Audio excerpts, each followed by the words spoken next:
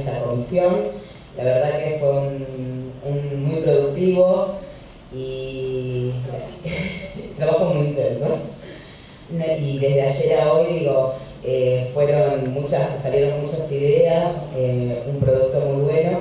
Lo ideal y lo que decíamos es que no quede solamente plasmado en papeles y que las ideas fluyeron muy rápido, pero ojalá se ejecuten, realmente lo que digan acciones sean acciones, ¿no? Le paso la palabra, por consenso, a la compañera Carolina. En tu caso. ¿Qué tal? Buenas tardes a todos. Bueno, me designaron como vocera de la comisión número 3 para contarles qué fue esto del intenso trabajo de toda la mañana. Primero identificamos, como decía un poco el lineamiento, 3 problemáticas relacionadas con la salud y que se enganchan con lo que veníamos hablando de la comisión anterior, que ya plantearon, vislumbraron los primeros aspectos de las problemáticas relacionadas con la salud. En primera instancia, el acceso material de las trabajadoras sexuales a la salud. Y esto tiene 2 vertientes. Por un lado, la falta de una clara comprensión de la complejidad de la salud integral, o sea, del acceso de la trabajadora sexual hacia la salud como una persona más.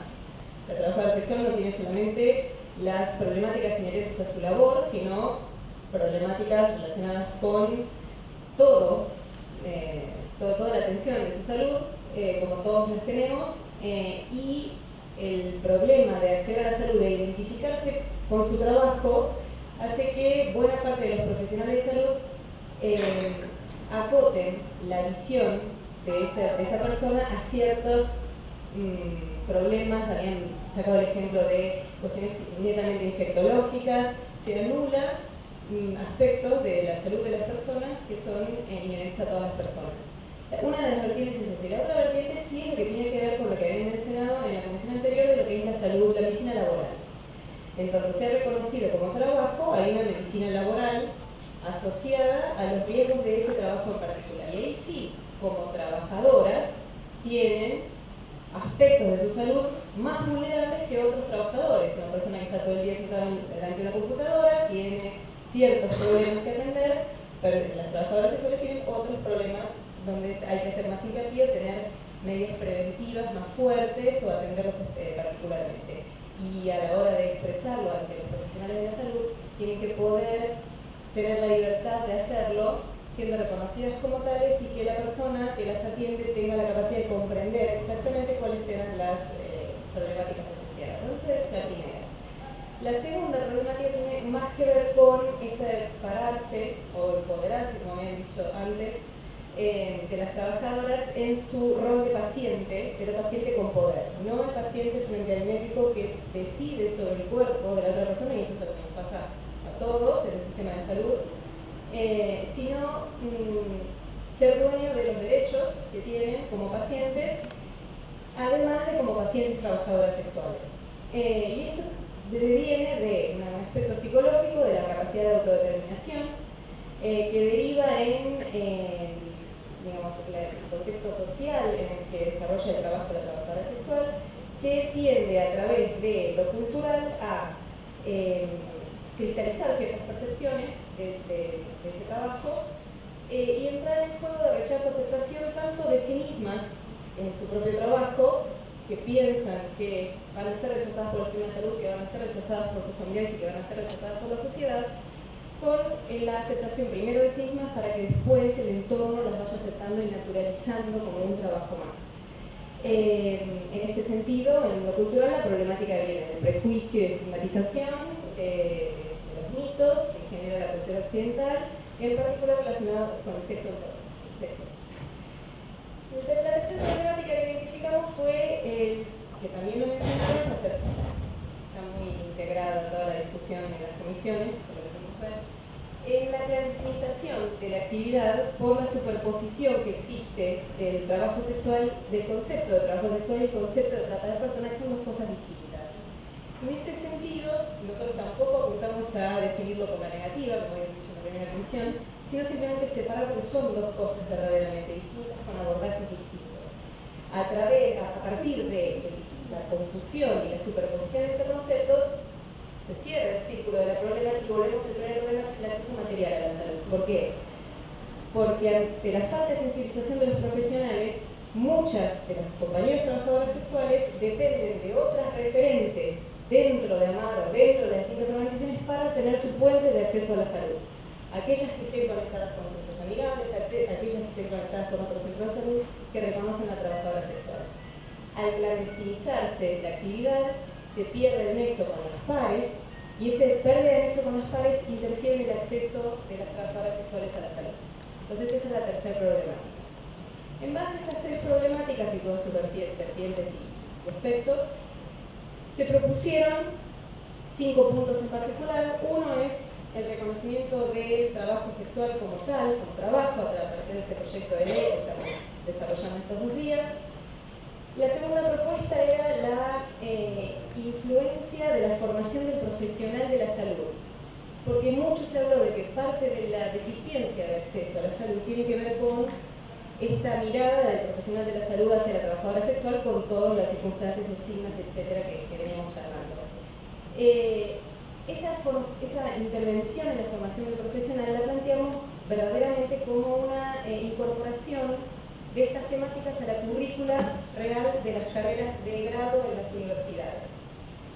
Hay unas acciones relacionadas con esto, pero esto no es una utopía, es algo real, es algo que tiene los pies en la tierra, es algo que se puede hacer, como estuvimos charlando a través de algunos referentes en algunas de las universidades y incorporando no solamente la problemática de la trabajadora sexual como población vulnerable, sino englobando distintas vulnerabilidades en distintas poblaciones que también tienen deficiencias en la comunicación con los agentes de salud. De esa manera uno puede intervenir, no modificar los currículos especializados de las universidades porque es muy difícil, sino diferenciar los enfoques. Eso se puede hacer. Otra de las propuestas relacionadas con la modificación de la currícula es incorporar actividades de campo en los estudiantes como voluntariado, y en ese sentido les he comentado el ejemplo de la Universidad de Buenos Aires, que incorporó este año como actividad obligatoria actividades de extensión para que todos los estudiantes de la universidad, cualquiera sea la facultad, obligatoriamente para recibirse tengan que hacer 40 horas de trabajo de campo. Y se están desarrollando proyectos de sensibilización en todas las carreras de la salud hacia las problemáticas de poblaciones vulnerables como las trabajadoras sexuales y otro tipo de poblaciones. Tercera propuesta era de aproximarse y generar lazos desde lo gremial como pares gremiales, de sindicato a sindicato, con asociaciones de médicos, colegios de medicina, de manera de comunicarse no solamente desde el punto de vista del empoderamiento de la trabajadora como paciente, sino desde la relación de pares de personas que nuclean distintos trabajos: el trabajo del médico, el trabajo del clínico, el trabajo del farmacéutico, el trabajo de la trabajadora sexual. Problemática de trabajador a trabajador. La cuarta propuesta es la necesidad de fortalecer alianzas con distintas organizaciones, distintas ONG, asociaciones, grupos de voluntarios, hospitales, centros de salud, que apoyen la defensa del derecho a la salud integral de las mujeres trabajadoras sexuales, asociándose a distintas también poblaciones vulnerables. Y finalmente, como quinta propuesta, hacer un relevamiento de las necesidades reales.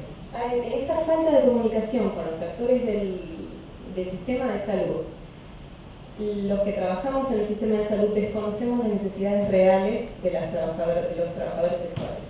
Entonces, en este sentido, hacer un relevamiento, un estudio sobre las problemáticas y las necesidades de las trabajadoras sexuales respecto de la especificidad de su salud laboral y de su profesión, contribuye al mejoramiento del acceso de las trabajadoras a la salud. No sé qué pasó al micrófono. Bien, todas estas propuestas son esas propuestas. Ahora, nosotros también generamos acciones y compromisos realistas para poder llevar estas propuestas adelante. En primer caso, visibilizar el resultado de estos estudios de incidencia política, de estigma y discriminación, todo lo que ha surgido durante este foro en diferentes espacios públicos. O sea, comunicarlo a distintos medios de comunicación, comunicarlo a organizaciones aliadas, a senadores, o sea, a los decisores, a aquellos que después tienen que generar políticas que afectan el trabajo de las trabajadoras, al centro de salud, al ministerio, y esto necesariamente conlleva la designación de los comunicadores y en base a eso el trabajo constante en los próximos 2 años, o luego de 2 años para la aprobación de la ley. Como segunda acción, la de sensibilizar a las comisiones de salud y trabajo del Congreso de la República en torno a la importancia y necesidad de la aprobación de la propuesta de ley para regular el trabajo sexual autónomo. También con una propuesta, digamos, realista de trabajo constante. En tercer lugar, replicar en centros de salud primarios y comunitarios las buenas prácticas del Centro de Salud Sandra Cabrera como evidencia de cogestión. En este sentido, surgió de algunos de los miembros de la comisión el tema de la sostenibilidad de las acciones a través del tiempo. Nosotros podemos tener muy buenas intenciones y poner muchísima energía y algo de dinero que tengamos disponible para hacer buena parte de las cosas que estamos proponiendo, pero si no nos aliamos con personas que ya lo están haciendo, con centros de salud que ya están montados, que tienen su propio financiamiento o financiamiento del Estado, que atienden otros grupos vulnerables, y nosotros incorporarnos como un grupo vulnerable más, en ese caso, todo lo que iniciemos no es sostenible en el tiempo. En cambio, sirve también, digamos, para gente de colaboración en la comunicación con la gente de salud, hablar con otras poblaciones vulnerables que tienen otra problemática. En cuarto lugar, AMAR junto con sus aliados elaborará instrumentos, es un compromiso que asumimos, junto con sus aliados elaborará los instrumentos y promoverá el estudio sobre las necesidades específicas de salud laboral de las trabajadoras sexuales, de manera que si conseguimos el éxito con el proyecto de ley, necesariamente hay acciones en el sistema de salud que están asociados al reconocimiento del trabajo. Y esto, al momento de implementarse, la persona que está trabajando en el Ministerio de Salud detrás del escritorio no sabe qué es lo que la trabajadora sexual necesita. ¿Quién lo va a saber? Las trabajadoras sexuales, que si no tienen previamente un estudio hecho, no tienen cómo justificar lo que necesitan para pedirlo. Después trabajar en la sensibilización de los clientes, familiares, aliados en la importancia de acceder a la salud integral para todos. Y como último punto, y me voy a callar, definir entre aliados una campaña comunicacional para promover la propuesta de ley, porque en definitiva, hoy en día, todas las cosas que se hacen en el mundo se hacen a través de marketing. Entonces, si la gente no se entera que se está haciendo, ustedes no tienen idea de la cantidad de aliados que tienen afuera, que como no saben que hoy estaban en estas jornadas, no vinieron. Bueno, eso es todo.